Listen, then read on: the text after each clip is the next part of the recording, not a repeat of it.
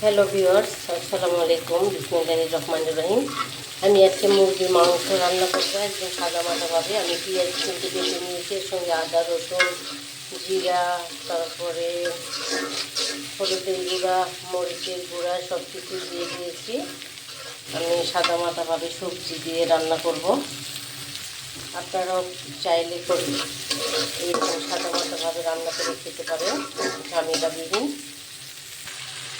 আমি মুরগির মাংস দিয়ে দিয়েছি।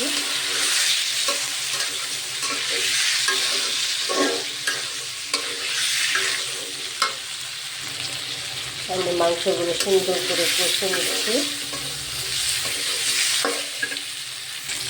আমি মাংসগুলো সুন্দর করে কষে নিলাম।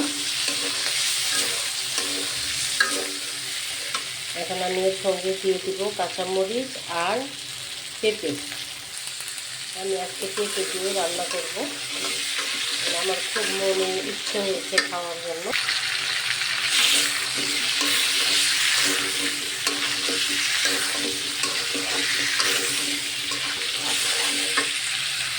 আপনারা দেখতে পাচ্ছেন আমি পেঁপে দিয়ে মাংসটা সুন্দর করে কষে নিলাম।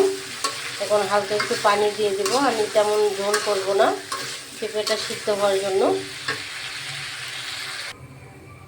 আমি ঝোল দিয়ে দিয়েছি, এখন পেঁপে সিদ্ধ হবে। আমি এখন ঢেকে দিব।